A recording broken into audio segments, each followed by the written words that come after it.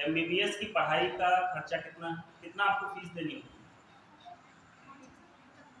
हाँ 5000, हाँ इसके आसपास ही। अच्छा, अगर प्राइवेट मेडिकल कॉलेज से करें तो कितने करोड़ लगेंगे? ओके, तो अगर हमें अच्छी जगह पे पहुंचना है तो obviously we should have faith in us. हमें अपने आप में एक यकीन होना चाहिए, विश्वास होना चाहिए। ठीक, चलो कोशिश करेंगे कि सारी चीजें हम लोग कवर करें और सभी समझ में आए।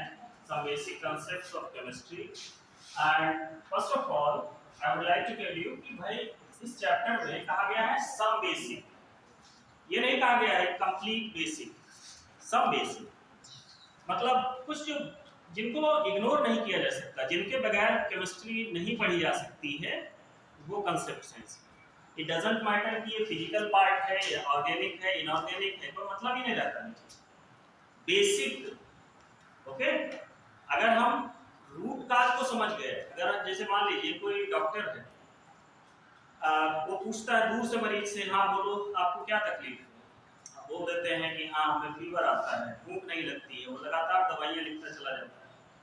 ये जानने की कोशिश नहीं होती है कि आखिर भूख क्यों नहीं लगती। जब आप रूट काज को पकड़ लेंगे तो शायद जो 10 दवाइयाँ लिख रहे हैं शायद एक से ही फायदा होगा, है ना।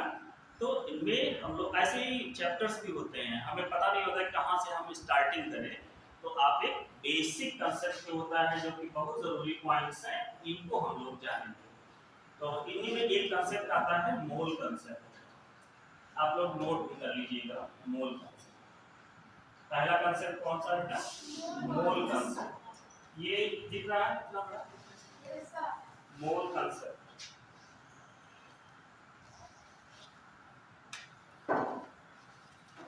मोल कंसेप्ट से पहले फिर से हम इसी मटेरियलिस्टिक वर्ल्ड में आ जाते हैं, अपने आसपास जो चीजें होती हैं उन्हीं पे आ जाते हैं, क्योंकि अगर साइंस को अपने आसपास हो रही चीजों से हम कनेक्ट कर लें तो साइंस समझना हमारे लिए आसान होता है, राइट।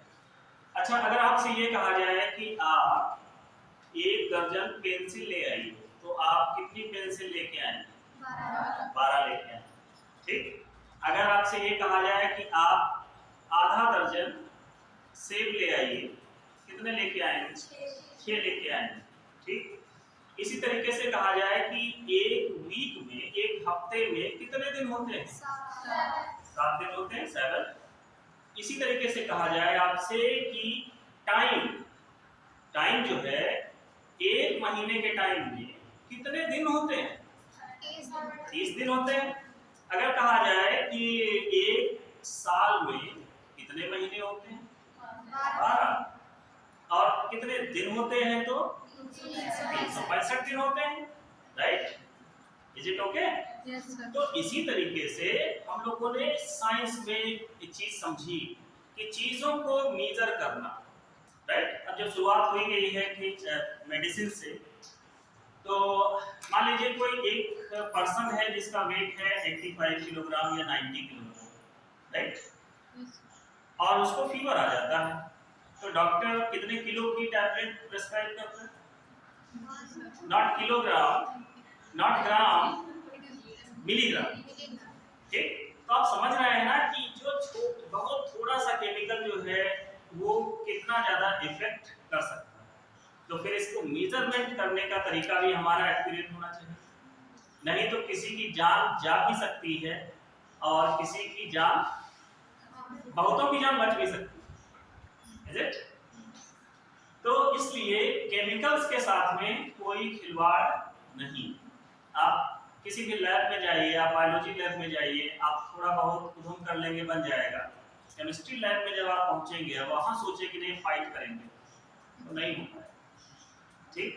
तो बहुत दिक्कत हो जाएगी। तो केमिकल्स जो है हमारे सबसे बड़े फ्रेंड भी होते हैं और सबसे बड़े दुश्मन भी होते हैं, राइट। हम यहाँ पे मन लगा के बैठे हुए हैं, ये भी किसका खेल है? केमिकल्स का, हार्मोन्स का, इज इट? हमें कोई चीज अच्छी लग रही है तो उस टाइम पे हमारे दिमाग से हैप्पी केमिकल्स निकलना स्टार्ट होते हैं। ये केमिकल्स क्या हैं? डिफरेंट केमिकल कंपाउंड्स हैं, लाइक डोपामिन हो गया, सेरोटोनिन हो गया, ऑक्सीटोसिन हो गया, है ना। और ये सब केमिकल्स की ही बात हम लोग कर रहे हैं। कितना केमिकल, आखिर कितना केमिकल आप बोलते हो, हाइपर, हाइपो नहीं बोलते हैं, हाइपर ग्लाइसीमिया, हाइपोग्लाइसीमिया, राइट। तो ये हाइपर ज्यादा हो जाना, कम हो जाना, हाइपो, तो आखिर ये कम और ज्यादा का किस्सा क्या है, कोई ना कोई मेजरमेंट तो होता होगा, बोलो। जैसे आपने कह दिया कि भाई हम आज सुबह का नाश्ता नहीं किए, राइट, तो क्या हमारे पूरे दिन की डाइट पूरी हो गई? नहीं पूरी हो। तो एक क्राइटेरिया था कि अगर आप अपना ब्रेकफास्ट ले लेंगे तो आपकी डाइट पूरी हो जाएगी एक दिन की, राइट। वैसे यहाँ पर देखो क्या बताया गया कि मोल कंसेप्ट में कोई भी चीज ले लो और उसमें कितने पार्टिकल्स हो जाएं। पार्टिकल का मतलब क्या होता है? पार्टिकल का मतलब एटम हो सकता है, मॉलिक्यूल हो सकता है, आयन हो सकता है, इलेक्ट्रॉन हो सकता है, प्रोटॉन हो सकता है, न्यूट्रॉन हो सकता है, अल्फा पार्टिकल्स हो सकते हैं, राइट। ये सारी चीजें पार्टिकल। पर्सन्स हो सकते हैं, करेंसी हो सकती है, राइट। एक बढ़िया सा सवाल, अगर आपको ये क्वेश्चन आप करके लाइएगा, ठीक, कुछ लोग तो शायद अभी सॉल्व कर दें। अगर आपको 1 मोल रुपीस दे दिए जाए और खर्च करने की जो स्पीड है वो 1 सेकेंड में 1 मिलियन खर्च करते हैं, 10 लाख, तो कितने दिन में 1 मोल पैसा खर्च होगा, राइट। अब चलिए मोल के बारे में बात करते हैं। मोल क्या है? Amount of substance. जैसे हमने बताया ना कि नंबर ऑफ, जैसे कहा जाए कि भाई यहाँ इसमें 1 दर्जन चेयर्स हैं, बेंचेस हैं 1 दर्जन, तो मतलब 12 बेंचेस, राइट। ऐसे ही कहा जाए कोई मटेरियल एक रखा हुआ है जिसमें कितने पार्टिकल्स हैं, 6.023 into 10⁻23 पार्टिकल्स, इसी को हम लोग कहते हैं 1 मोल, राइट। तो देखिए साइंस का इंसान कम बोलता है लेकिन बहुत अच्छा बोलता है। जैसे कहा जाए कि नेताजी कहते हैं कि नहीं हमारे लिए भीड़ जुटाइए, कितने कितने लोग, अगर नेता समझदार है तो बोल देगा 1 मोल जुटाओ, अब तुमको पूरा ब्रह्मांड इकट्ठा कर दूंगी 1 मोल के लिए। आप समझो कितना है ये नंबर, 6.023 into 10⁻23, मतलब अभी इसके आगे कितने जीरो और लगते हैं, 23। अगर आप इस डेसिमल को हटा भी देंगे, हटा दे बिल्कुल डेसिमल को, तब भी एक अच्छा खासा नंबर हो जाएगा, राइट। तो ये एक नंबर बड़ा मैजिकल है और इसे कहा गया था एवोगैड्रोस नंबर। क्या नाम कहा गया? और मजे की बात ये है इसकी डिस्कवरी एवोगैड्रो ने नहीं की, ठीक। ये लोमिस्ट थे और इनके कुछ साथी थे, तो इसलिए इसे लोमिस्ट नंबर भी कहा जाता है। तो चलो समझने की कोशिश करते हैं। The amount of a substance which contains 6.023 into 10⁻23 particles is called 1 mole, right? अब हमने क्या काम किया, कुछ मान लेते हैं गेहूं के दाने ले लिए। अब हम कहेंगे साहब ये 1 मोल है, तो 1 मोल कब होंगे बताइए, इसमें कितने गेहूं के दाने हों, यानी ऐसा कोई भी नंबर, कोई भी चीज जिसमें इतने पार्टिकल हो सकते हैं, इतनी चीजें हो सकती हैं, उसे हम क्या कहेंगे, 1 मोल। कोई आपसे पूछे आप जिंदगी में कितना कमाना चाहते हो, ज्यादा नहीं, बस समझदार आदमी समझ जाएगा कि कितना ज्यादा आप ओके। तो द अमाउंट ऑफ सब्सटेंस, इसको नोट कर लो आप लोग। मोल हम जानेंगे 1 मोल क्या है, 1 मोल। तो मोल कंसेप्ट में सबसे पहले जानेंगे हम लोग आखिर 1 मोल होता क्या है। मोल क्या होता है? मोल क्या है? किसी भी अमाउंट को मेजर करने की यूनिट है, ऐसा ही यूनिट होती है ना सबकी। तो अमाउंट ऑफ सब्सटेंस को मेजर करने की यूनिट क्या है, मोल, ठीक। इसको बेटा बंद कर दीजिए कॉपी, जो पढ़ेंगे सच पढ़ेंगे, सच के अलावा कुछ नहीं पढ़ेंगे, डोंट ओके। तो the amount of a substance, note करिए ना, 1 मोल। 1 मोल क्या होता है, मोल क्या होता है, simple, mole the amount of a substance the amount of a substance that contain 6.023 into 10 raised to power 23 particles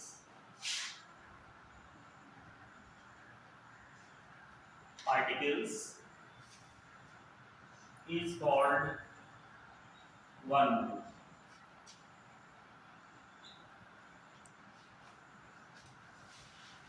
सबको समझ में आ गया कि आखिर आपसे कहा जाए कि एक मोल इंसान, कितने इंसान बोलो, यस।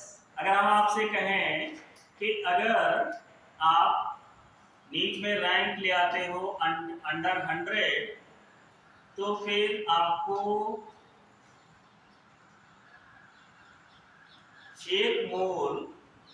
एक मोल आशीर्वाद दिया जाएगा। तो कितना आशीर्वाद हो गया?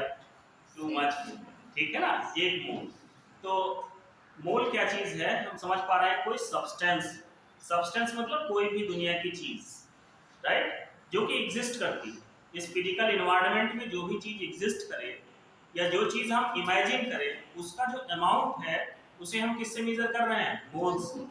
तो amount of a substance that contains 6 point, बेटा आपने लिखा 6.023 into 10 raised to power 23 particles। अब पार्टिकल क्या हो सकते हैं? अब इसी पे यहाँ पे स्टार एक बना लेते हैं। देखिए पार्टिकल में क्या हो सकता है। पार्टिकल का मतलब क्या हो सकता है? पार्टिकल इसका मतलब हो सकता है एटम, ठीक, क्योंकि बताया गया एटम जो है this is the smallest particle, right, जो कि फ्री फॉर्म में या फ्री फॉर्म में एग्जिस्ट नहीं करता है नोबल गैसेस को छोड़, है ना। तो पार्टिकल्स एटम हो सकते हैं, और क्या हो सकते हैं बताओ? मॉलिक्यूल्स हो सकते हैं, आयंस हो सकते हैं, राइट, इलेक्ट्रॉन्स हो सकते हैं एंड प्रोटॉन्स एक्सेट्रा। बाकी एग्जांपल्स हमने आपके साथ अभी शेयर की, तो सारी चीजें इसमें आ जाती हैं। अब बात ये थी कि ये 1 मोल तो बता दिया गया क्या होता है। 1 मोल कोई भी सब्सटेंस, एक मोल क्या होगा? कोई भी सब्सटेंस जिसमें कितने पार्टिकल हों? 6.023 into 10 raised to power 23 particle अगर हैं तो उसे क्या कहेंगे? 1 मोल कहेंगे, ठीक। अब इस 1 मोल को जानने के लिए हमें थोड़ा ध्यान देना पड़ा कि आखिर इसका रिलेशन क्या किसी एक कॉमन यूनिट से मिलता है। कॉमन यूनिट जैसे हम लोग डेली लाइफ में रोजमर्रा की जिंदगी में हम लोग यूज करते हैं, लाइक ग्राम, किलोग्राम, है ना, मिलीग्राम। तो क्या ये ग्राम के साथ में कुछ इसका रिलेशन है? तो आप लोगों ने एक चीज पढ़ा था फिजिक्स में, आपने पढ़ा होगा कि हम लोग पढ़ते हैं फंडामेंटल यूनिट्स और डेराइव्ड यूनिट्स। तो कोई ना कोई यूनिट्स होती हैं। सिमिलरली एक यूनिट को, और उसी जगह पे आपने ये भी पढ़ा कि एक यूनिट को दूसरी यूनिट में चेंज कर सकते हैं, ठीक। तो अब ये जानना होगा हमें कि आखिर 1 मोल सब्सटेंस से हमारा मीनिंग क्या है। तो अब इसके लिए देखिए, ये नोट कर लिया सबने? Okay.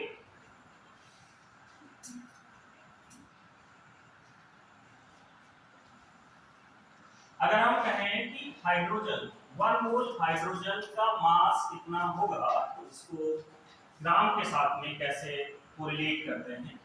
Relation of mole with gram atomic mass या मोलर मास।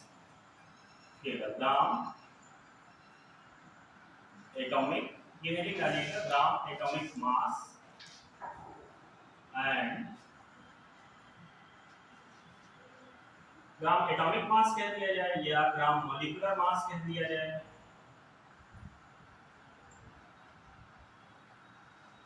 ग्राम मॉलिक्यूलर मास कह दिया जाए, gram atomic mass, gram molecular mass and mole.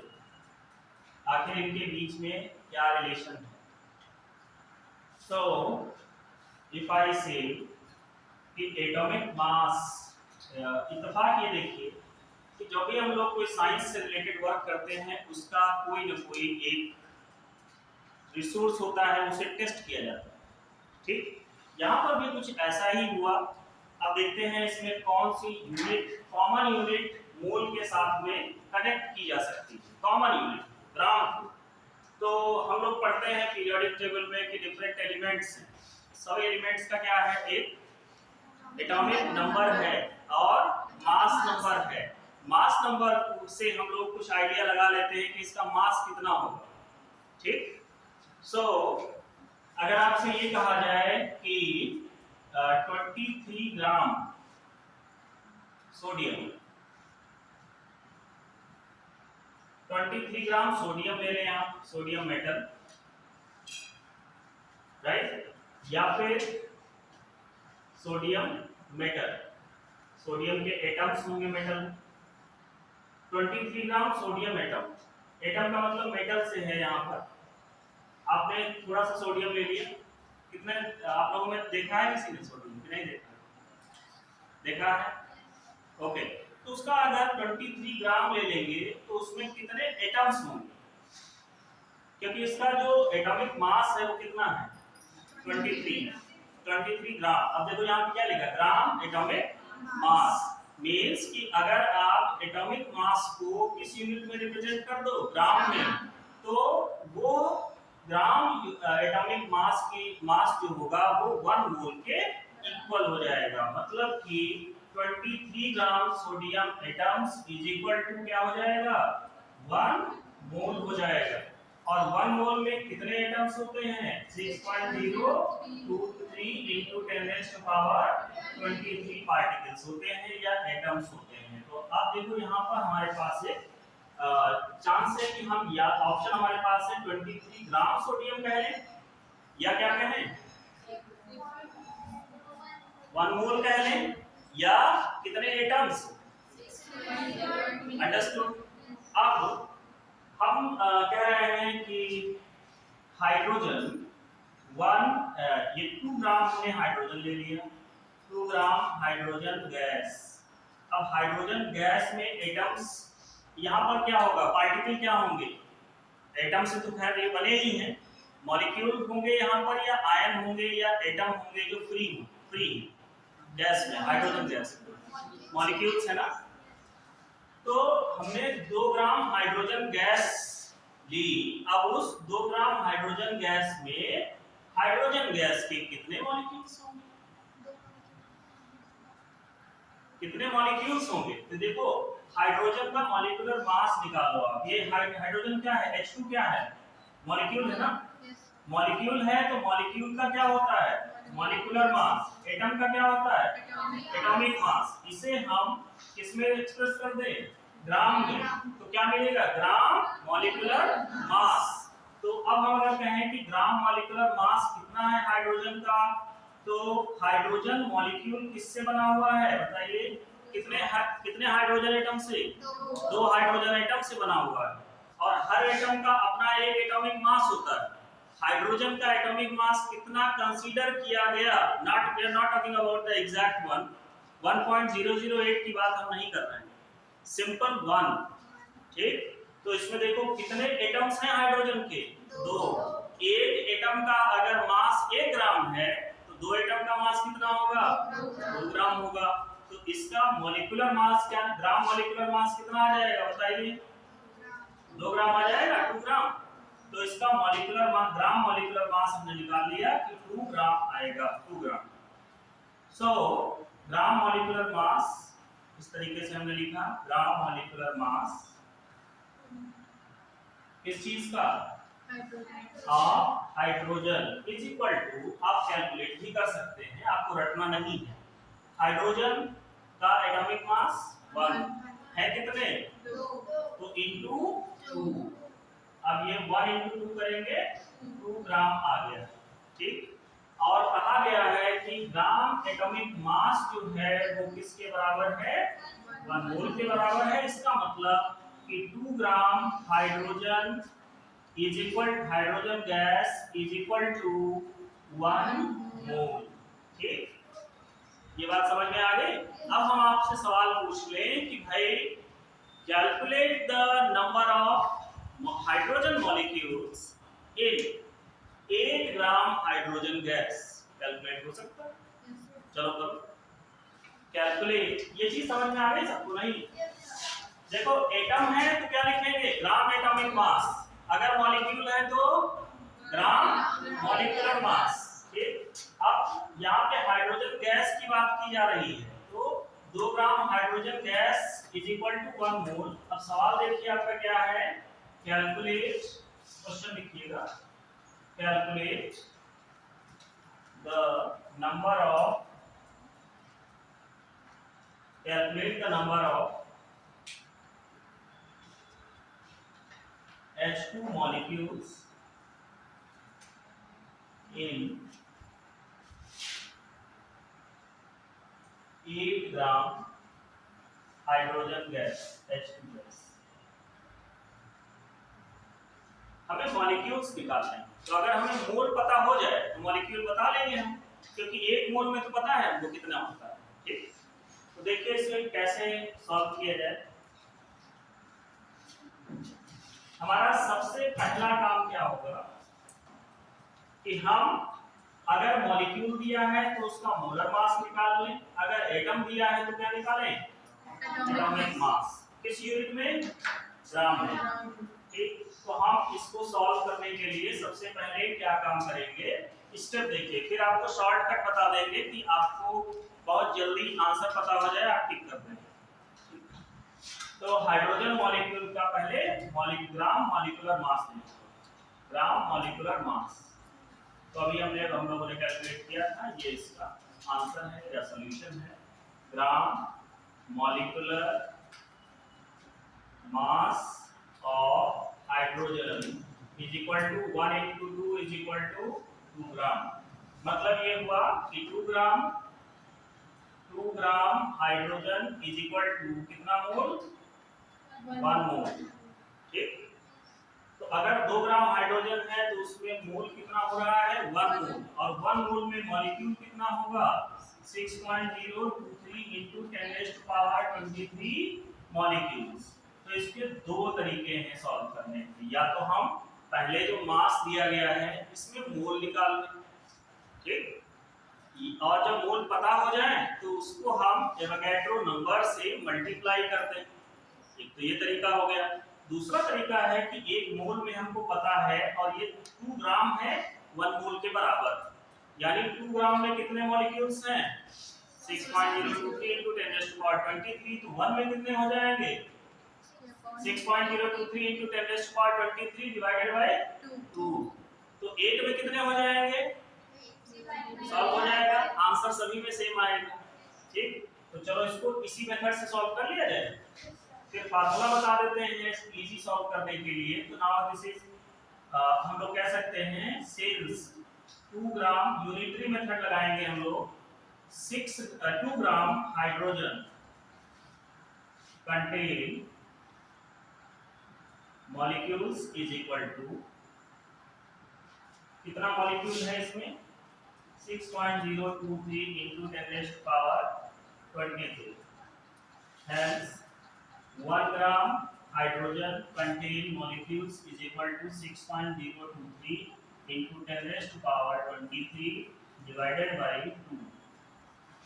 Hence 8 gram hydrogen contain molecules is equal to 6.023 into 10⁻23 into 8 divided by 2. 2 1 जा 2 4 जा 8।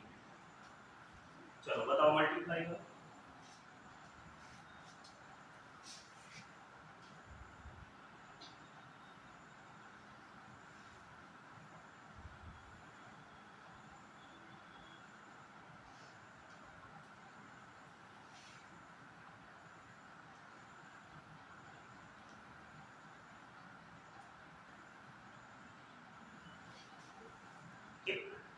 ऐसा कुछ है। अब देखिए, अगर हम इसे स्टैंडर्ड फॉर्म में देखें तो फिर हमारा आंसर अभी करेक्ट नहीं। स्टैंडर्ड फॉर्म में देखो ये ऑप्शन में दे सकता है, ए बी सी डी अगर दिया तो ऐसा कुछ ऑप्शन दे देगा। मान लीजिए ऑप्शन क्या करता है, ये यहाँ पे हमें लगना चाहिए decimal, first non zero digit के बाद डेसिमल आना चाहिए। तो 2.4092 इंटू 10 रेज़ टू पावर, हम इसको देखो 1 डिजिट हमने क्या किया है, कम किया है, तो पावर को क्या करेंगे, 1 पावर इंक्रीज करेंगे, बढ़ा देंगे, तो कितना हो जाएगा ये, और करके लिख लीजिएगा, और 2.4092 इंटू 10 रेज़ टू पावर 24 इतना मॉलिक्यूल हो जाएगा। समझ में आ गया? अच्छा अब देखो इसी में कितने लोगों को समझ में आ गया कि मोल क्या होता है? सवाल हम बोल रहे हैं, देखिए इन सवालों के जवाब कितने लोग बता सकते हैं? What do you mean by 1 मोल? इसका जवाब सबको आता है। 1 मोल क्या होता है? बताओ बेटा क्या होता है 1 मोल? कोई भी सब्सटेंस, किसी सब्सटेंस का alcohol amount, the amount of a substance which contain 6.0 जैसे ये चार्ट हमने उठाई, अब इस चार्ट में हमने कहा कि ये अमाउंट है ना, तो इस अमाउंट में कितने चार्ट के पार्टिकल्स, तो अगर मैं बोलूं कि इसमें 6.023 into 10 raised to power 23 है, तो ये चार्ट कितनी है, 1 मोल अमाउंट है ना, amount of a substance, right? तो 1 मोल क्या होता है बेटा आप बताओ?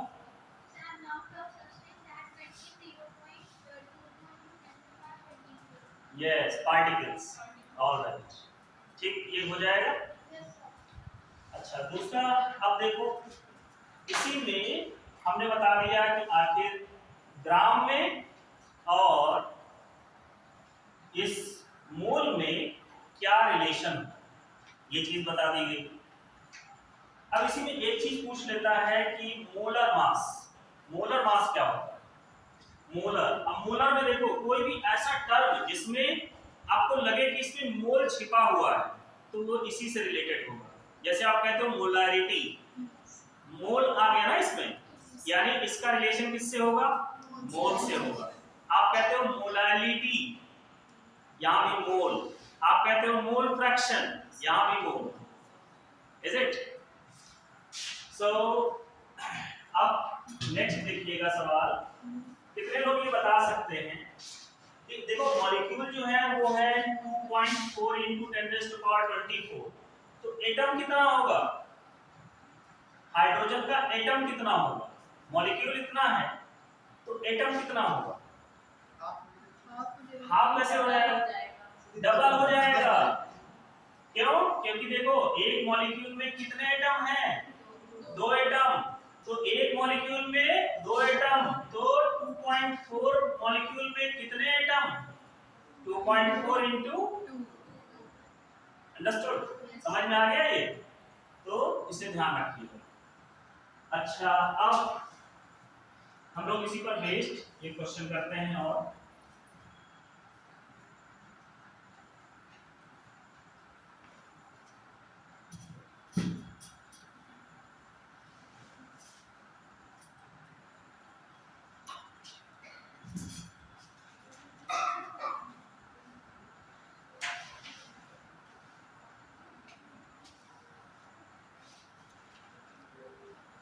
नेक्स्ट प्रॉब्लम देखिए, कैलकुलेट। अब एक जो टर्म हम बताने जा रहे हैं उसको ना तो हम उसे कहेंगे ग्राम एटॉमिक मास, ना ग्राम मॉलिक्यूलर मास, सिंपल एक नाम दिया है मोलर मास, ठीक? तो मोलर मास की यूनिट ज्यादा इसमें खास है। कैलकुलेट द मोलर मास, इस चैप्टर से ज्यादातर न्यूमेरिकल्स ही आते हैं, और न्यूमेरिकल्स को आप जितना जल्दी सॉल्व कर लेंगे उतना जल्दी बाकी चीजों पे समझ ले पाएंगे। Calculate the molar mass of the following.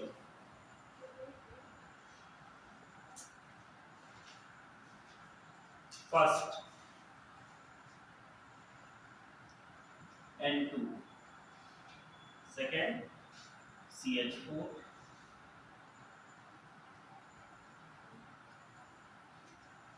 third H2O, fourth CH3COOH, acetic acid, and fifth is CO, carbon and oxygen, CO and H2 whole twice।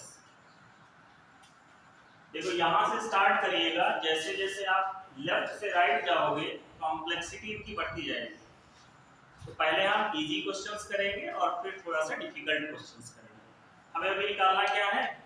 Molar mass. Molar यानी इसमें भी क्या छिपा है? मोल, इज इट? तो देखो हम एक बता देते हैं, एक, चलो एक यहां से बता दें, एक उसमें से। इसको पहचानते हैं? क्या है ये? यूरिया है। Good, urea, NH2CO NH2। Alright, N2।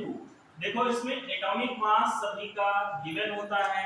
अब आप तो एग्जाम देने जाओगे वहां पे इसका नहीं दिया होगा, राइट? क्योंकि ये एग्जाम उनको टेस्ट करना है कि आप मेंटल स्टेबिलिटी कितना रखते हो, राइट? डिसीजन कैसे लेते हो आप। तो N2 का देख लीजिए, मोलर मास। सॉल्यूशन इसका देखो। फर्स्ट, अब कौन सी चीज को हम मोलर मास से रिप्लेस कर रहे हैं? हम रिप्लेस कर रहे हैं ग्राम एटॉमिक मास को और ग्राम मॉलिक्यूलर मास को। किस चीज से रिप्लेस कर रहे हैं? मोलर मास से। अंडरस्टूड? यानी ना तो हमें ये ध्यान देना है कि एटम है या मॉलिक्यूल है, अगर मोलर मास लिखा हुआ है तो सब इक्वल है, एक जैसा ही हम लोग उसे पढ़ेंगे। Molar mass of N2, nitrogen का एटॉमिक मास कितना होता है? 14 होता है। तो इसको हमने लिख दिया 14 है। कितने इसमें? तो क्या हम इसे डायटोमिक मॉलिक्यूल कह सकते हैं? Yes, this is diatomic molecule. अच्छा, दो नाइट्रोजन एटम्स जो हैं आपस में जुड़े हुए हैं, किस बॉन्ड से? कोवेलेंट बॉन्ड से। कितने covalent bonds? Option 1 2 3 4। 3 is the correct answer. अब 3 में कोवेलेंट बॉन्ड है, तो कोवेलेंट बॉन्ड मेनली दो टाइप के हैं, एक सिग्मा एक पाई। तो इसमें कितने सिग्मा है, कितने पाई? एक सिग्मा है और 2 पाई। ओके, कौन सा बॉन्ड वीक होता है? Pi bond. क्यों वीक होता है? क्योंकि इसमें जब ये बनता है तो ओवरलैपिंग एरिया कम होता है ऑर्बिटल्स के बीच में, लेटरल ओवरलैपिंग से बनता है। याद आया कुछ? Yes sir. Okay, alright. तो जब आप कनेक्ट करते जाओगे तो फिर आपको ये बड़ा इजी लगेगा, आपको मजा आएगा कि ये जो जर्नी है नीट की कितनी बढ़िया है वाकई में। लेकिन अगर इसमें इंटरेस्ट के साथ नहीं हम पढ़ते हैं तो ये बड़ा बोरिंग बन जाता है। अरे वही बॉन्ड आ गए, वही इलेक्ट्रॉन आ गए तो इलेक्ट्रॉन तो वही रहेंगे, बॉन्ड वही रहेंगे, लेकिन ये आपको जरूर चेंज करना, राइट? इससे दुनिया चेंज हो जाएगी। तो कितना आ गया बताइए? ग्राम। अब इसका जो यूनिट है पर मोल लगा है, पर मोल, मोल के पर लग गए, इज इट? यानी अब आपकी नॉलेज को कुछ पंख लग गए हैं। तो this whole sky is made for you, so fly, this sky is yours. Okay, 28 gram पर मोल। इसका मीनिंग निकालो, क्या हुआ? एक mole nitrogen N2 is equal to कितना ग्राम? या यूं कहें कि 28 ग्राम नाइट्रोजन दे दी। यहाँ पे नाइट्रोजन है ना? नाइट्रोजन है यहाँ पे, एयर में होती है ना? कितना % होती है? 1 डेसिमल के बाद तो 78। नॉर्मली ये तो क्लास 8 का बच्चा बता देगा 78। आप इसके आगे बताओ ना तो बात 78.04%। ठीक बेटा, तुम्हारा मन नहीं लग रहा है? क्या हो गया, कैसे बैठे हो? सीधे बैठो भाई, यंग लोगों से हम बात कर रहे हैं। पानी पीजिए, आराम से बैठिए, सवालों का जवाब दीजिए। आप पार्ट भी नहीं ले रहे हैं। ये बच्चा कितनी मेहनत से ये लोग बता रहे हैं और आप नहीं, हम सुनेंगे। इलेक्ट्रॉन आ गया तो कतई नहीं सुनेंगे बेटा, सुनो। ओके, तो ये नाइट्रोजन का परसेंटेज है ना एयर में, ठीक। तो नाइट्रोजन 28 ग्राम कितने मोल के बराबर हो जाएगी? 1 मोल के बराबर हो जाएगी। तो अगर हम आपसे ये कहें कि 28 ग्राम नाइट्रोजन में नाइट्रोजन के मॉलिक्यूल कितने होंगे, एटम कितने होंगे, मल्टीप्लाइड बाय जितना molecule into multiplied by 2। Is it okay? समझ में आ गया? ठीक। अच्छा, तो अगर समझ में आ गया है तो दूसरे वाले का मोलर मास सब लोग बताओ। चलो फटाफट फटाफट सॉल्व करिए। 10 9 8 16 ग्राम पर mole. Correct. Your good name? Yashi Pandey. Yashi. Yashi ने बिल्कुल सही बताया। देखो कार्बन हमने लिख लिया, मोलर मास इसका निकालना है। यूनिट पे ध्यान दीजिएगा, CH4 है। कार्बन का कितना होता है एटॉमिक मास? 12। कार्बन 12 लिखते हैं ना, तो 12 हो गया प्लस।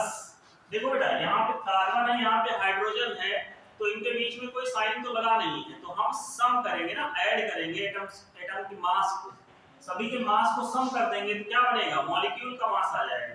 तो 12 प्लस देन क्या 1, हाइड्रोजन का एटॉमिक मास 1, कितने हैं 4 into 4, so now it comes to be 12 plus 4 is equal to कितना 16 ग्राम पर मोल।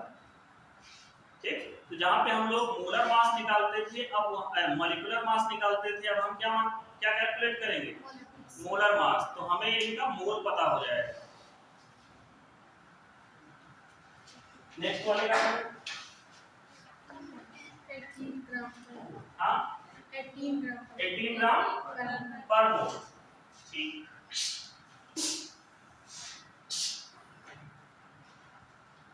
तो 18 ग्राम अगर वाटर आपको दिया जाए तो उसमें कितने मॉलिक्यूल होंगे? 18 ग्राम वाटर दिया जाए तो 18 ग्राम वाटर में कितने वाटर के मॉलिक्यूल होंगे? 1 मोल होंगे। अच्छा, हाइड्रोजन के एटम्स कितने होंगे वाटर में? एटम्स, हाँ हाँ, इसने सही बताया। बोलो बोलो। इंटू 2 कर देंगे, क्यों? 2 एटम है, और ऑक्सीजन एटम कहें तो वही रहेगा। गुड। Your good name? अंशी। यशी एंड अंशी, दे रिस्पोंडेड वेल।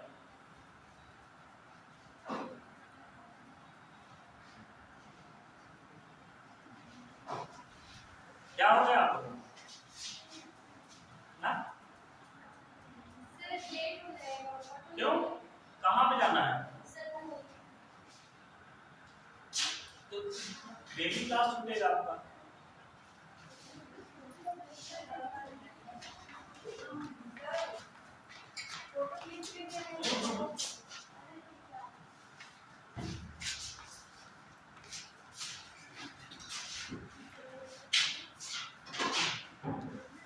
तुम लोग पढ़ने में मन लगाया करो। माहौली के लिए तो हर समय साधन मिलते रहते हैं। नहीं सर, 5 बजे के बाद नहीं मिलता, उसके बाद 6 बजे के बाद मिलता। इसका समाधान कुछ हो सकता है अच्छा सा कुछ, इसमें आप आ रहे हैं सर, वहाँ से लीजिए।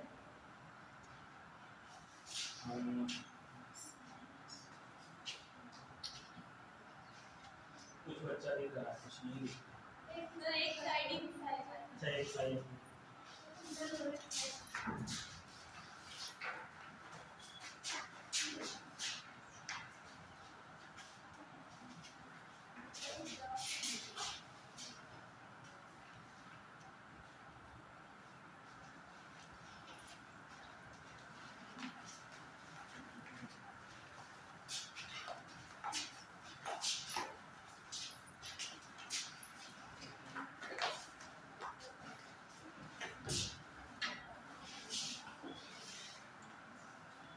इसका हो गया।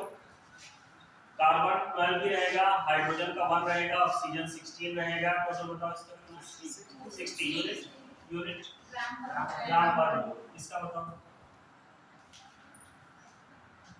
कार्बन का उतना ही रहेगा, नाइट्रोजन का आप जानते ही 14 होगा, ऑक्सीजन का 16 होगा। कितना है देखो, इतना पार्ट आप एक साथ करिएगा। नाइट्रोजन मतलब 14 प्लस 2, 16 इंटू 2 32 है ना, 60 ही आएगा। ओके ठीक। तो चाहे हम 60 ग्राम यूरिया ले लें या 60 ग्राम एसिटिक एसिड ले लें, दोनों कितना होंगे 1 मोल। अब इसी में थोड़ा सा एडवांस प्रॉब्लम पूछ ली जाती है। ये तो नॉर्मल सी प्रॉब्लम्स थी, अब एक थोड़ा सा अच्छी प्रॉब्लम पूछ ली गई, तो देखते हैं इसको कैसे आप सॉल्व करेंगे।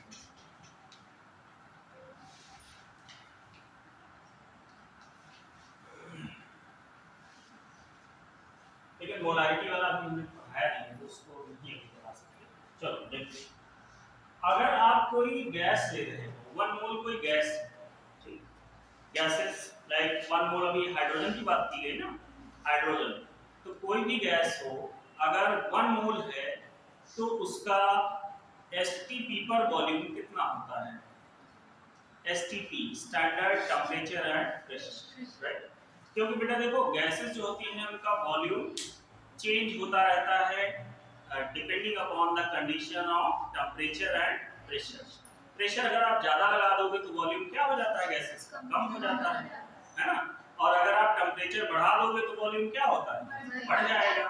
तो एक टेम्परेचर स्टैंडर्ड लिया गया, स्टैंडर्ड टेम्परेचर कितना स्टैंडर्ड टेम्परेचर होता है 273 केल्विन, 273 केल्विन, राइट?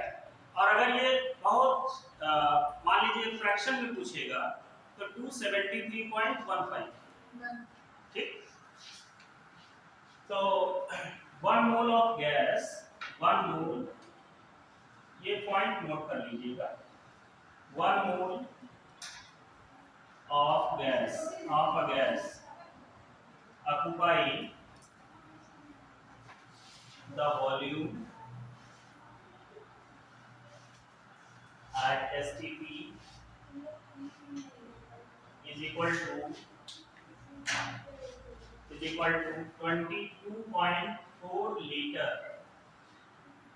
देखो बेटा इसको लीटर भी कह सकते हैं हम लोग, और इस लीटर को डेसीमीटर क्यूब भी कह सकते हैं, ठीक। तो देखिएगा समझना है यहाँ पे ध्यान से, 22.4 लीटर है, अगर हम इसको 1000 से मल्टीप्लाई करते तो क्या बन जाएगा मिलीलीटर। कितना आएगा मिलीलीटर 22,400 मिलीलीटर, ठीक। और आज के दौर में हम लोग ज्यादातर ये लीटर और मिलीलीटर वाला नहीं यूज करते हैं, इसकी जगह पर यूज किया जाता है डेसीमीटर क्यूब और सेंटीमीटर क्यूब, सीसी, है कि कितने सीसी, सेंटीमीटर क्यूब। सो अब हम लोग कह सकते हैं कि जो लीटर है इट कैन आल्सो बी से 22.4 डेसीमीटर क्यूब, और इसी को हम कह सकते हैं 22,400 सेंटीमीटर क्यूब, और इसी सेंटीमीटर क्यूब को हम सीसी भी कहते हैं, CC.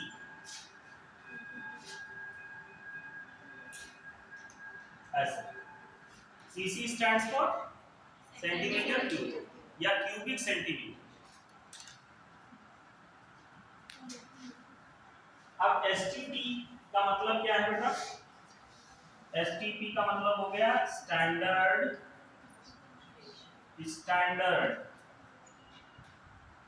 Temperature and pressure.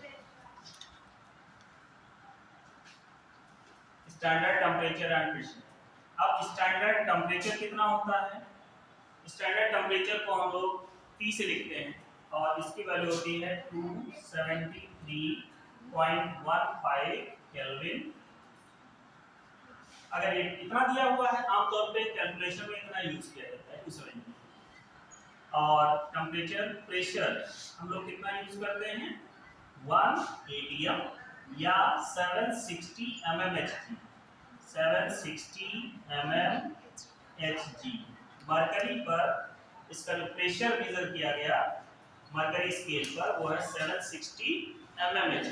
Centimetre में करो इसे, कितना आएगा, 76 है ना, 76 सेंटीमीटर Hg।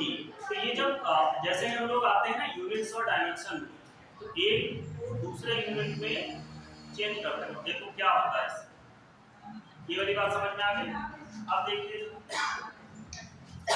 इसी पर बेस्ड क्वेश्चंस दे देता है, ऐसे क्वेश्चंस देता है, देखिए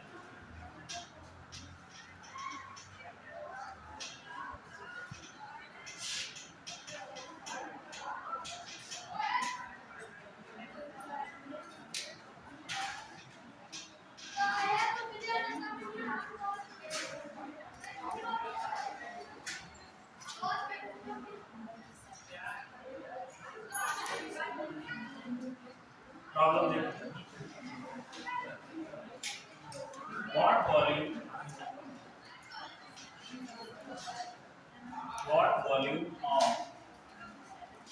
What volume of a vessel is occupied? What volume is occupied?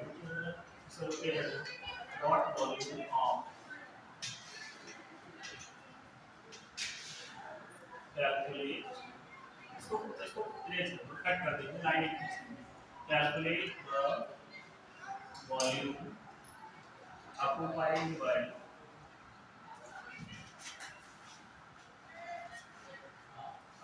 calculate the volume occupied by one, इसको कर देते हैं 2.5 मोल of CO2 gas at STP। इसको डायरेक्ट दे देंगे, हालांकि डायरेक्ट क्वेश्चंस नहीं आएंगे, इनको ऐसे देगा कि कैल्शियम कार्बोनेट 100 ग्राम कैल्शियम कार्बोनेट को हीट किया गया, ठीक, फिर उससे जो भी गैस रिलीज हुई उसे एसटीपी पर रखा गया। तो अब बताइए कि एसटीपी पर जो गैस मिली है हमको, CO2 मिली है, उसमें कितना वॉल्यूम ऑक्युपाई किया, ऐसे सवाल पूछते हैं। तो पहले हम इसी जो अपना टॉपिक पढ़ रहे हैं इससे रिलेटेड बातें जान लें, फिर आगे भी पढ़ेंगे हम लोग। इसे पढ़ते हैं स्टोइकियोमेट्रिक कैलकुलेशन, स्टोइकियोमेट्री। तो अभी फिलहाल ये नॉर्मल सी प्रॉब्लम्स हैं, धीरे धीरे डिफिकल्ट होती जाएंगी। एट एसटीपी क्या होगा बेटा बताओ, 2.5 मोल है, CO2 पे कितने मोल्स लिए गए, डायरेक्ट मोल ही दे दिया। आप जानते हैं कि 1 मोल कितना लीटर ऑक्युपाई करेगा, तो 2.5 का निकाल सकते हैं, मल्टीप्लाई कर दीजिए, देखो क्या आंसर है, हो जाएगा ये, बोलो बेटा।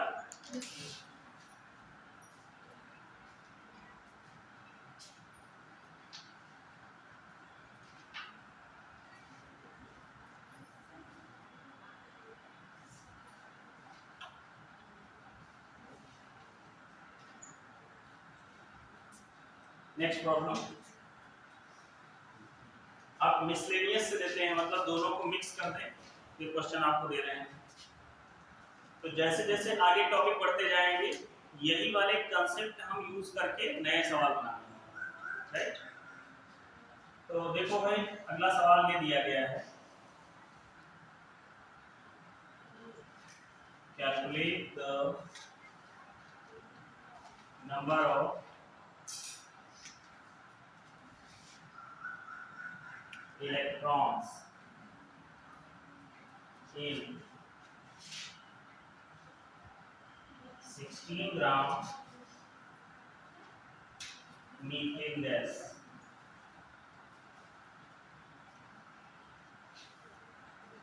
तो मीथेन गैस के लिए हमें बेटा निकालना है कि नंबर ऑफ इलेक्ट्रॉन्स कितने होंगे 16 ग्राम मीथेन गैस में, कैलकुलेट किया जा सकता है। तो फिलहाल देखो इसे कैसे सॉल्व करते हैं। तो डॉट स्ट्रक्चर पढ़ा है, हल्का फुल्का सा याद होगा, अगर नहीं याद है तो बताओ तो हम बताएंगे। Dot structure, Lewis dot structure, ठीक। तो उससे ये सवाल सॉल्व करने में आसानी होगी। नंबर ऑफ इलेक्ट्रॉन निकालने हैं हमको 16 ग्राम मीथेन गैस में। तो सबसे पहला काम हमारा क्या होगा, ये वाला हो गया सबका, कितना आंसर आया 56 मोल पर 56 मोल लीटर। नहीं, वॉल्यूम तो हम लीटर में करेंगे ना, लीटर में होगा वॉल्यूम, लीटर में होगा या फिर डेसीमीटर में होगा। 2.5 कुछ ऐसा किया होगा ना, 2.5 या 22.4 इंटू 2.5, यही आया, इसे मल्टीप्लाई कर लिया 5600। हाँ ठीक, लीटर में हो जाएगा। यस। ठीक, अब ये वाला देखो,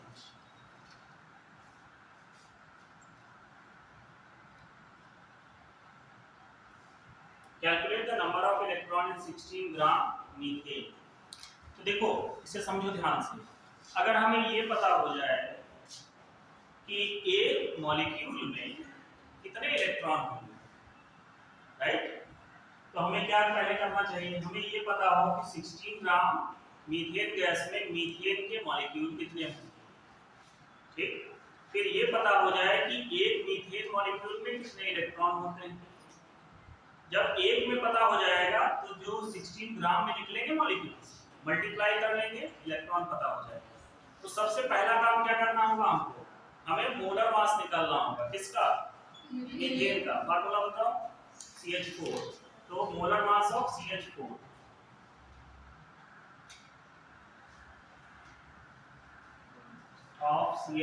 इज इक्वल टू कितना, 12 प्लस 1 इंटू 4, कितना आ गया 16 ग्राम पर मोल।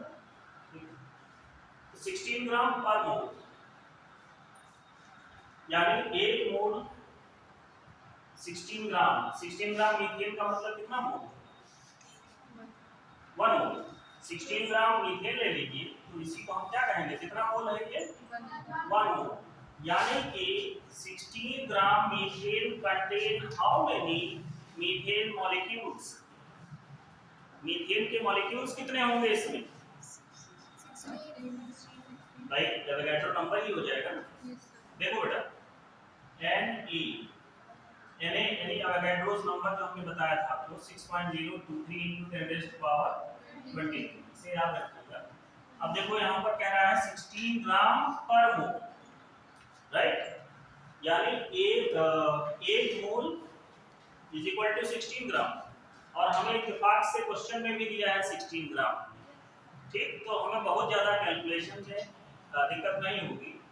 तो वी कैन से 16 ग्राम, पहले हमें निकालना होगा number of CH4 molecules in 16 gram gas, 16 gram gas is equal to कितना हो जाएगा बताओ, नंबर ऑफ मॉलिक्यूल्स, ये 1 मोल है, तो 1 मोल में बेटा यही होते हैं ना मॉलिक्यूल्स, यही लिख देंगे हम कि number of CH4 molecule in 16 gram gas is equal to 6.023 × 10⁻23, इतने मॉलिक्यूल हो जाएंगे। अब number of electron in 1 molecule अगर हम निकाल लें, एक मॉलिक्यूल में कितने इलेक्ट्रॉन, ये क्या आया है नंबर का, नंबर ऑफ मॉलिक्यूल किसके, CH4 के, ठीक। अब हमें निकालना है number of electrons in 1 molecule of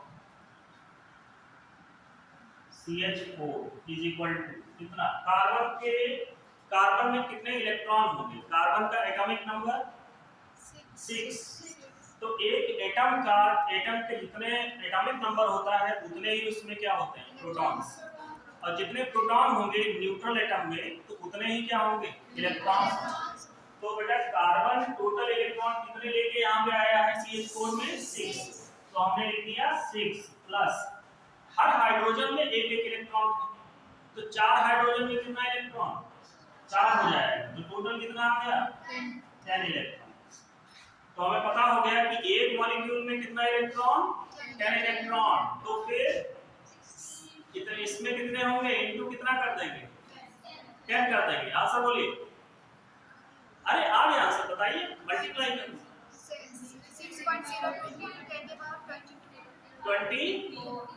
24 okay. तो ऐसे सॉल्व करेंगे। ये वाला किसको किसको समझ में नहीं आया देख लीजिए, स्टेप बताइए। जिनको समझ में नहीं आया है केवल वो लोग हाथ उठाएंगे। ये वाला यहाँ तक सबको समझ में आ गया बेटा, आप समझ पाए? ठीक।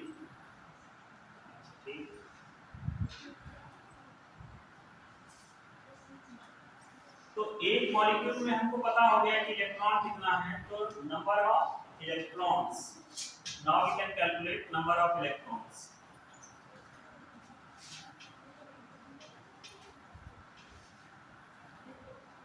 Number of electrons in 16 gram methane is equal to, या इन 16 ग्राम में कितने मॉलिक्यूल हैं उसी के हिसाब से नंबर ऑफ इलेक्ट्रॉन। हमसे जो सवाल पूछा गया है 16 ग्राम मीथेन गैस, तो हम इसका जवाब इसी की लैंग्वेज में देंगे।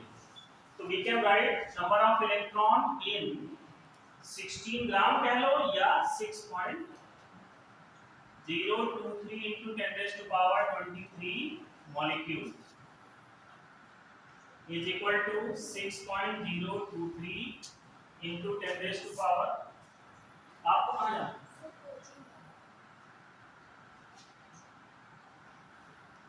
अजीब दिक्कत है। ठीक है बेटा,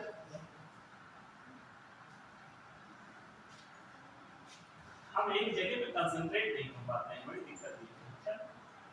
number of electron in 6.023 into 10 raised to power 23 molecule is equal to, कितना इलेक्ट्रॉन हो जाएगा बेटा, एक मॉलिक्यूल में जितना इलेक्ट्रॉन था मल्टीप्लाई कर देंगे तो it comes to be 6.023 into 10 raised to power कितना 24 आ जाएगा। ये नंबर ऑफ इलेक्ट्रॉन इतना है।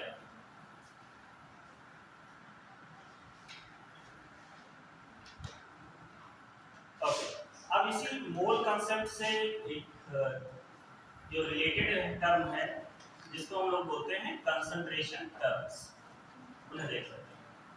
नंबर इससे मोल कांसेप्ट से रिलेटेड जो इंफॉर्मेशंस हैं सबको क्लियर हो गई, क्या क्या कैलकुलेशन होगा। एक सवाल का जवाब दे दीजिए फिर हम आगे बढ़ते हैं। हमने आपको दिए हैं 6.023 into 10 raised to power 22 molecules, ठीक, इतने मॉलिक्यूल्स हमने आपको दिए किसी भी गैस में, मान लेते हैं हाइड्रोजन गैस में,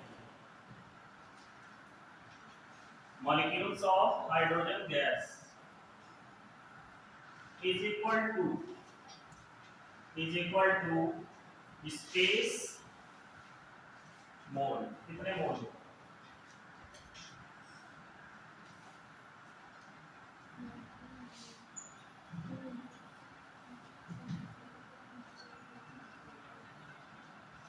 अब ये तुम्हारे क्वेश्चंस बनते जाएंगे, इनका थोड़ा सा रेट।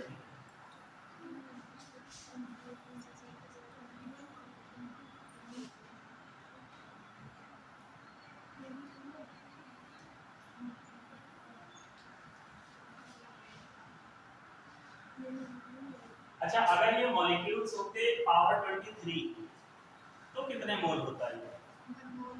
तब तो 1 मोल हो जाता। पावर 22 है मतलब ये 1 मोल से कम होगा।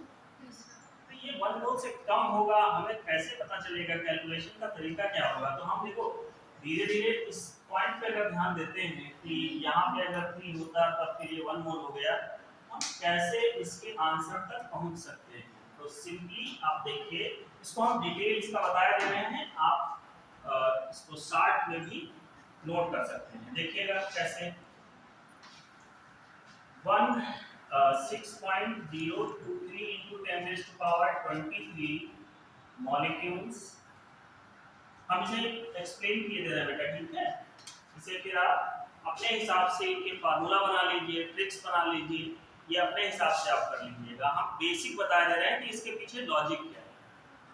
तो इतना अगर मॉलिक्यूल था, molecules is equal to 1, hence 1 molecule is equal to कितना mole, 1 upon 023 into 10 raised to power 23, ऐसा कुछ। अब कितना मॉलिक्यूल दिया आपका, 6.023 into 10 raised to power 22 molecule is equal to 6.023 into 10 raised to power 23 divided by 6.023 into 10 raised to power 22। 22 यहाँ पे, this is 22 और ये है 22।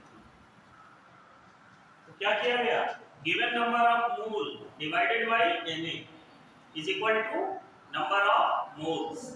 तो इससे फार्मूला जो बन के आया, ये इसका डिटेल हो गया, इसका फार्मूला भी बता दिया। तो देखो ये पार्ट कैंसिल हो गया, बचा कितना 10 रेज़ टू पावर 22 और यहाँ पे कितना है 10 रेज़ टू पावर 23। अब क्या आंसर होना चाहिए बताइए, ये कैंसिल हो जाएगा 10 रेज़ टू पावर 22। अब देखिए बेस दोनों का सेम है, यहाँ भी 10 है यहाँ भी 10 है, पावर्स भी, पावर अब क्या होगी, पावर्स माइनस हो जाएगी। तो 22 माइनस कितना 23, तो 10 रेज़ टू पावर कितना है -1, और 10 रेज़ टू पावर -1 को हम लोग कैसे लिखते हैं 1/10। 1/10 को क्या कहेंगे 0.1,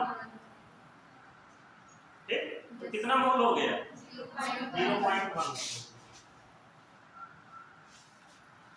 सिंपलीफाई करने के लिए देखिए क्या करना है आपको, इनसे फार्मूला बना लीजिए। तो इन फार्मूला पे कॉपीराइट आप ही का रहेगा, क्योंकि आपने खुद बनाया, अपनी मेहनत से बनाया है। तो नंबर ऑफ मोल्स किस कंडीशन में, जब मॉलिक्यूल्स गिवन है, तो number of moles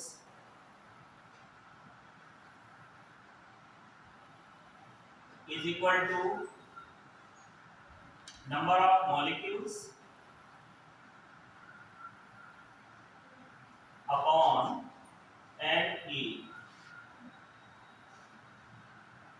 number of mole को हम n से लिखते हैं, number of mole can be written as n। अच्छा मास दिया है और मोलर मास दिया है, तब मोल कैसे निकालेंगे, मास दिया है और मोलर मास।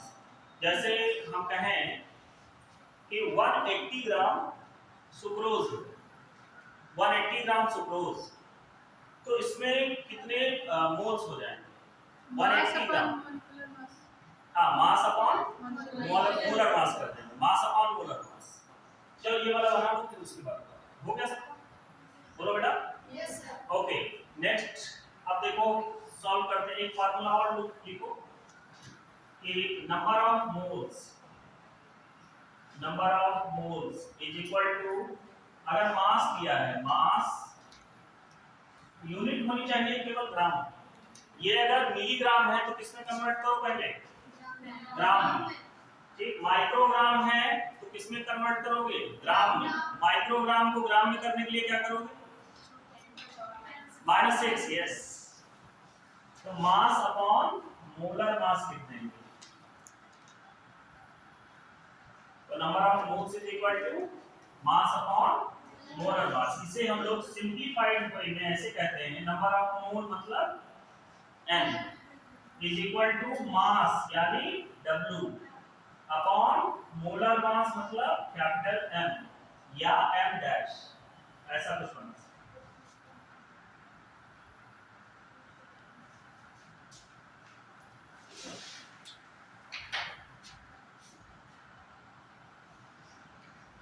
इस पर बेस्ड आप लोग प्रॉब्लम्स देखिएगा, हम भी आपको नोट्स दे देंगे इसके क्वेश्चंस जितने टाइप के हो सकते हैं वो हम दे देंगे।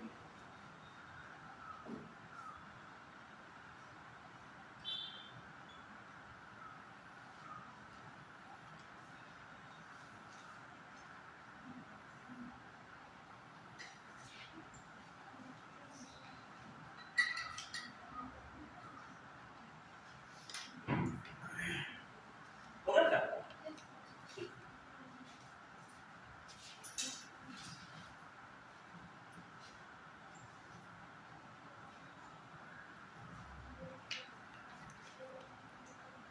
अब अगला टॉपिक मोल कंसेप्ट से रिलेटेड ही है, क्योंकि एक जो टर्म एक बेसिक कंसेप्ट हमने पढ़ लिया, इसी से रिलेटेड जो होगा तो उसे पढ़ा जाए तो आसानी से याद रखा जा सकता है।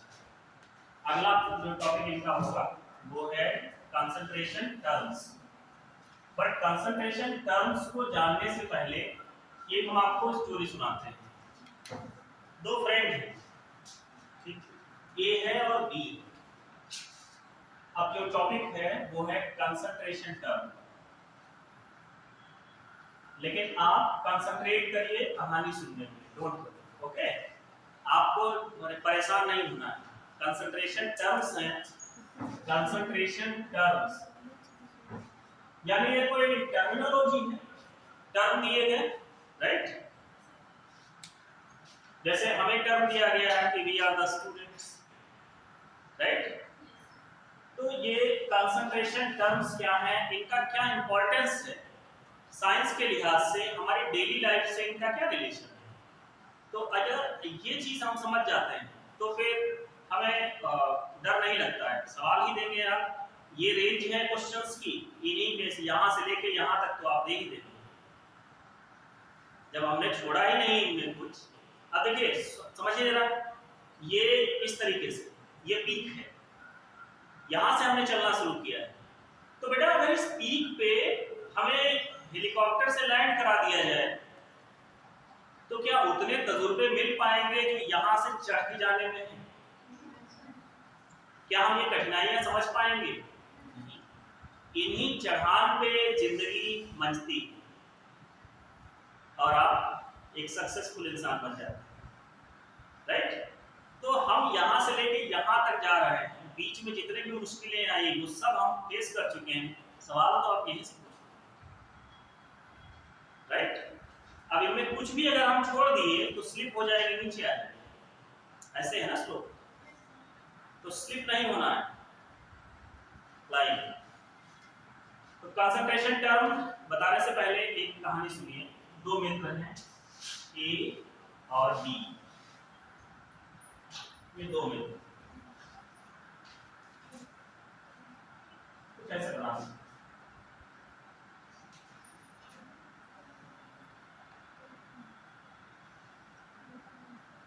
ए और बी, ये दो मित्र हैं। तो ए जो है एक दिन बी के वहां जाता है, राइट? और डिमांड करता है कि साहब को कोल्ड ड्रिंक हम छोड़ चुके हैं। जैसे हमारे वहाँ हिंदुस्तानी तहजीब में क्या है कि अगर कोई आता है उसको पानी के लिए जरूर पूछते हैं, है ना? और अगर खाली पानी दे तो थोड़ा अच्छा नहीं लगता, ठीक? शरबत बना दिया। तो ये मित्र इतना बड़ा होशियार, संस्कारित था ये पहुंचता है बी के वहां, बी भी संस्कारी है क्यों, मित्र तो एक ही है ना? तो जैसी संगत वैसी रंगत, इज इट? तो भाई ए जैसे पहुंचता है बी के वहां, तो बी क्या काम करता है, एक मित्र इनका और है सी, उसके बारे में अभी बात करें। तो बी के वहां जैसे ही पहुंचा तो बी ने क्या कहा, अरे भाई ए, बहुत दिन बाद आपसे मुलाकात हुई है, चलो भाई धूप भी बहुत है, चलो थोड़ा पानी पी लो, शरबत पी लो। तो ये शरबत लेके आता है,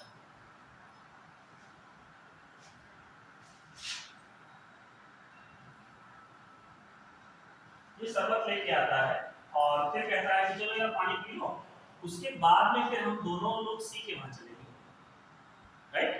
ये कहता है कि नहीं, अकेले आप हमको क्यों पिलाओगे, तुम भी पियो साथ में। कहते ना कि यार अकेले मेहमान आए हैं, उनके साथ बैठ जाओ, अकेले मेहमान को कैसे छोड़ देंगे, कल्चर की बात है। Is it? ये हमारी हिंदुस्तानी तहजीब है कि इससे अलग कैसे हम हो सकते, हो ही नहीं सकते। तो चलो भाई, ये कहने लगे लाओ, अब इसमें से थोड़ा हम भी ले लेते हैं। भाई दोनों मित्र आ गए, दोनों लोग पीने लगे, फिनिश कर दिया। उसके बाद ये पहुंच जाते हैं किसके घर? सी के घर पहुंचते हैं। ए और बी दोनों, ये ए है, अब ये दूर से देख रहे हैं ना, यहां से हम देख रहे हैं, छोटे दिखेंगे, ये डायरेक्ट देख रहे थे, नजदीक देख रहे थे, ये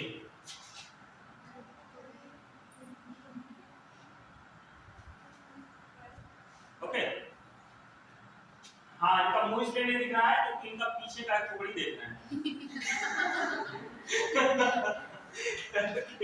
तो ये सी के वहां जाते हैं।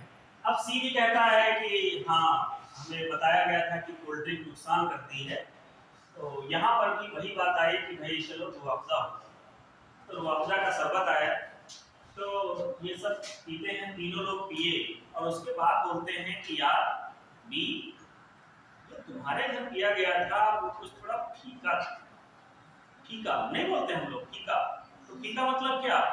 मतलब थोड़ा चुनिहाई कर लिए होगे, शक्कर कम डाले होंगे, ऐसा कुछ।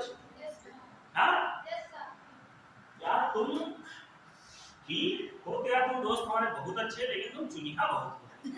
काहे? अब चुनिहा काहे हो? अरे यार, तुम्हारे वहाँ शरबत जो था थोड़ा फीका था। अब इसी फीका को हम केमिस्ट्री में कह देते हैं डाइल्यूट। अंडरस्टूड? मतलब ये क्या है? सॉल्यूशन। शरबत is equal to solution. Solute क्या है इसमें? कम क्या है? शक्कर। ज्यादा क्या है? पानी। तो जो कम होगा वो सॉल्यूट होगा, जो ज्यादा है वो सॉल्वेंट होगा। समझ में आ गया? तो solute plus solvent is equal to solution. शक्कर plus water is equal to शरबत, है ना? और साइंस के अकॉर्डिंग सॉल्यूशन क्या है? The homogeneous mixture of two or more non reactive substances whose concentration can be varied up to certain extent. That's it. तो है तो सारी चीजें वही, तो फील करने की बात थी। तो ये बात हम कर रहे थे, ए और बी ये आपस में बात करते हैं।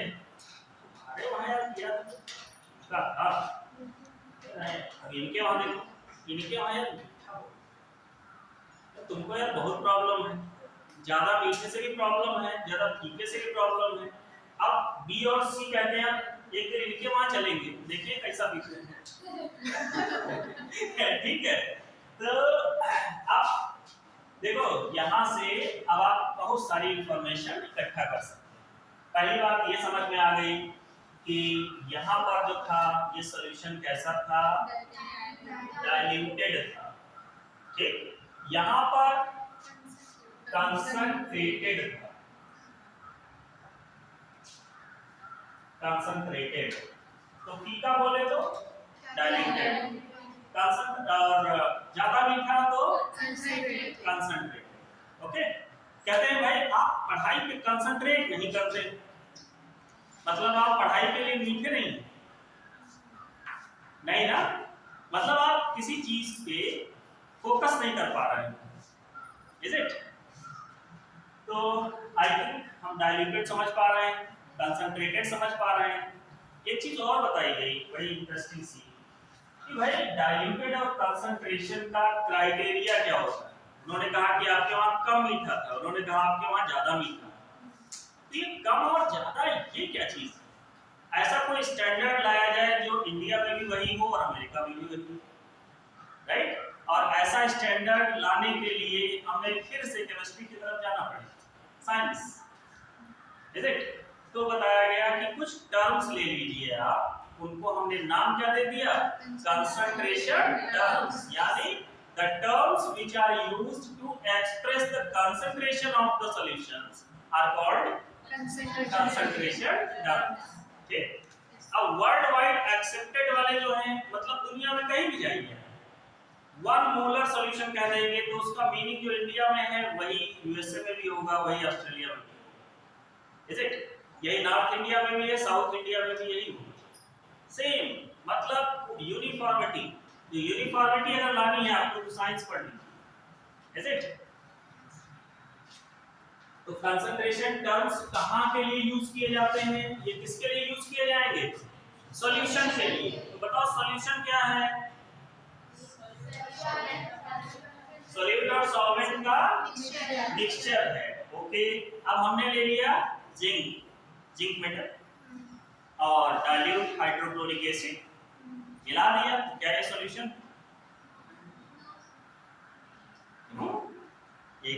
एक कम है, ज्यादा है। लेकिन ये दिक्कत क्या है इसमें?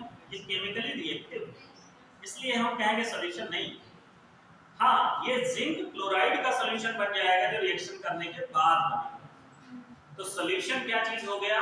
अगर चलते फिरते कोई पूछे the homogeneous mixture of the homogeneous, ये होमो सैपियंस तो हम लोग है ना, ठीक, और जीनियस तो जीनियस भी है, तो होमोजेनियस हो गए। और इन्हीं का अगर मिक्सचर कर दिया जाए, homogeneous mixture of two or more components which are chemically non reactive, ऐसे मिक्सचर्स को क्या कहा गया? अच्छा, सॉलिड सॉल्यूशन बताओ क्या होता है? सॉलिड सॉल्यूशन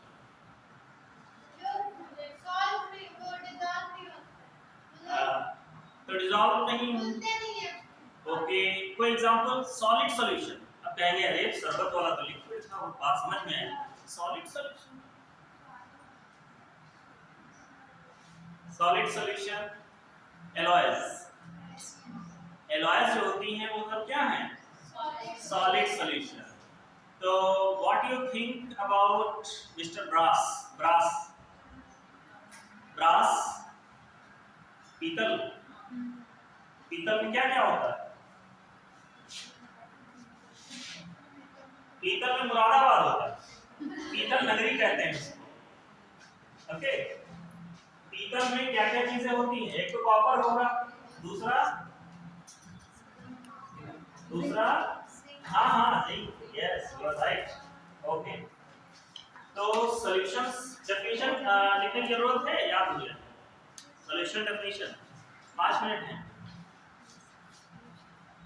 सॉल्यूशन की डेफिनेशन याद हो जाएगी आपको, याद है? अच्छा चलो भाई, आपने नहीं बताया भाई साहब, बताइए सॉल्यूशन क्या होता है?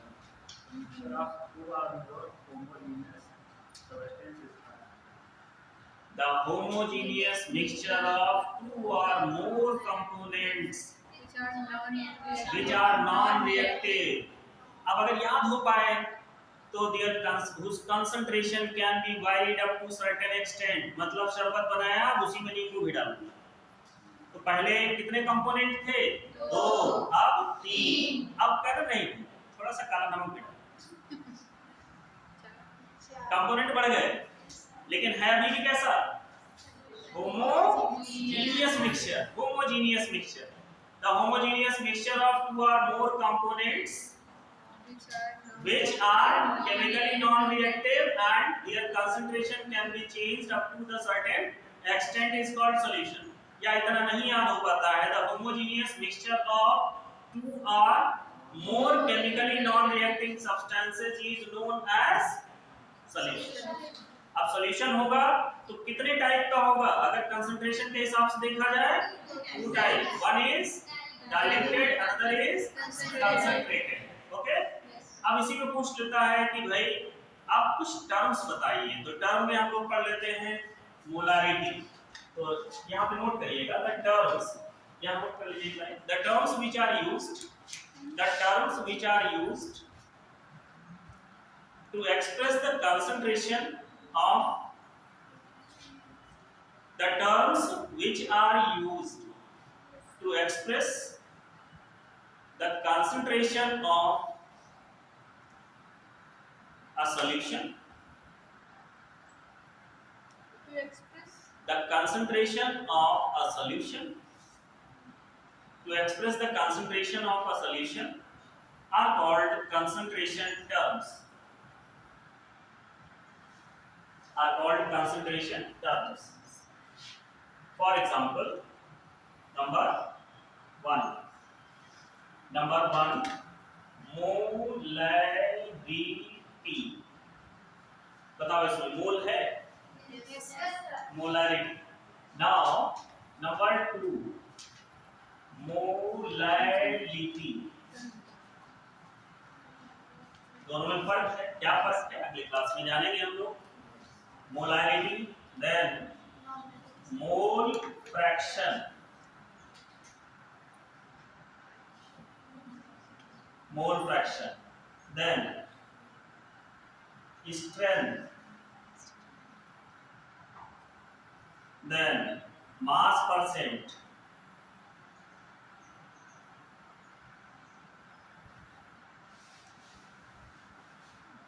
then volume percent।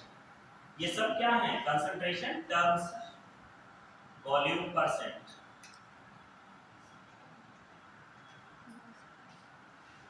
नॉर्मेलिटी,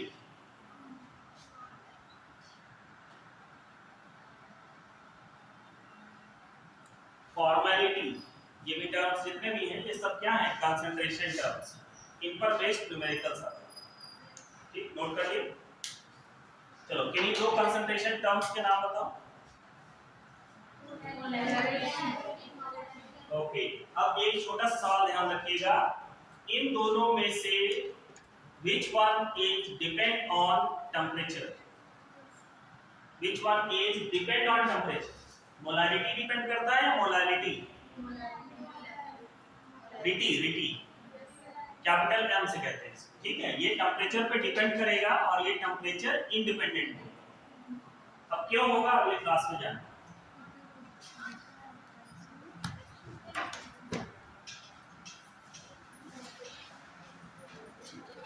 ठीक बेटा, तो नेक्स्ट टाइम जब भी हम लोग आएंगे, जो अभी पढ़ा है उसका सारा जो भी हमारा डाउट है वो लेके आएंगे और बाकी हम अपनी तरफ से क्वेश्चंस देंगे।